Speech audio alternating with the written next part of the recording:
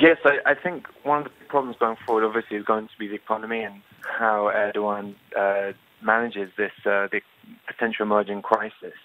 One of the things to watch for now will be March 2019 is going to be local elections, and these hold great importance in Turkish politics. So up until then, some of the potentially problematic policies we've seen over the last years are likely to continue. Loose fiscal policy, potentially more interference in monetary policy. Despite this big win, Erdogan needs to maintain this momentum until March 2019 and beyond, with challenges from all sides. But yeah, broadly, it's a question of trying to keep ahead, trying to keep growth going, racing in front of these growing problems, these growing challenges.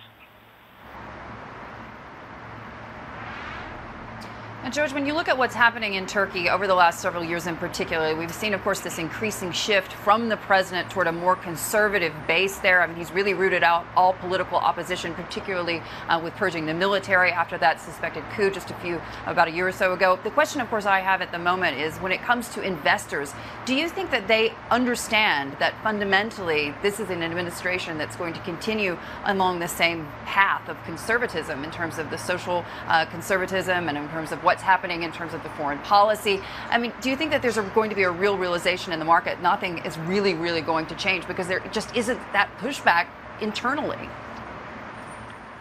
I think something worth bearing in mind, we've seen so many of these disputes over the last 2 years between Turkey and Western countries, Germany in particular, but the Netherlands as well. There's been lots of the back and forth diplomatic spats.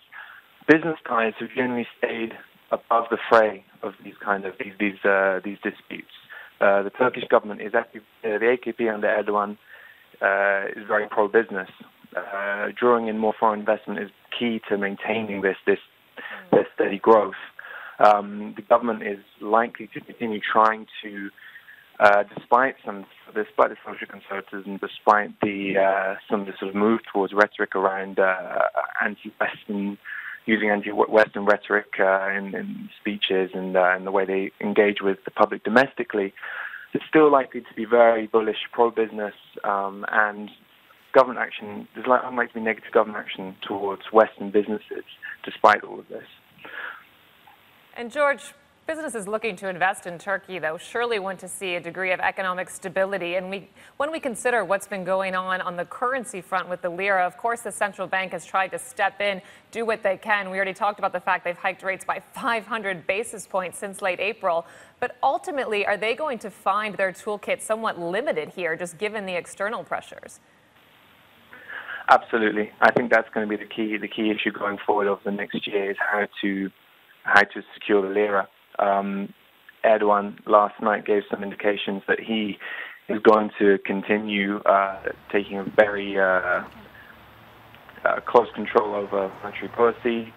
A lot of the pressures, there's no sign a lot of the pressures are going away. As you mentioned initially, the lira rallied somewhat last night, but this could well just be a temporary rally. As there seems to be little going on that's going to change these pressures going forward.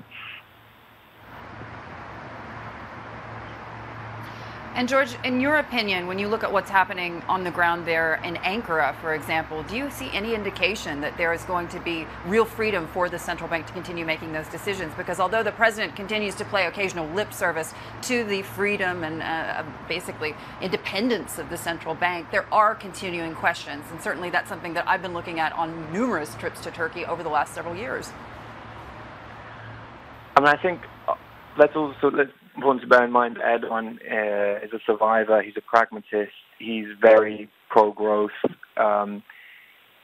He does have particular ideas about how monetary policy should be handled, and he does want to be involved in that. But at the same time, situation on the ground may force his hand and may force him to take a step back and give more room to breathe to the central bank.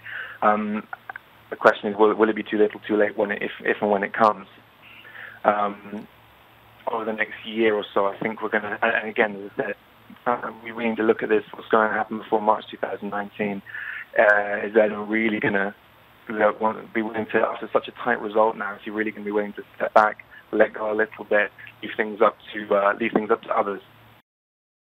Hey everybody, it's Hadley Gamble from our new CNBC Middle East Bureau in Abu Dhabi. Thanks for stopping by. Now to watch more, you can try one of the videos that just popped up on your screen. And don't forget to subscribe.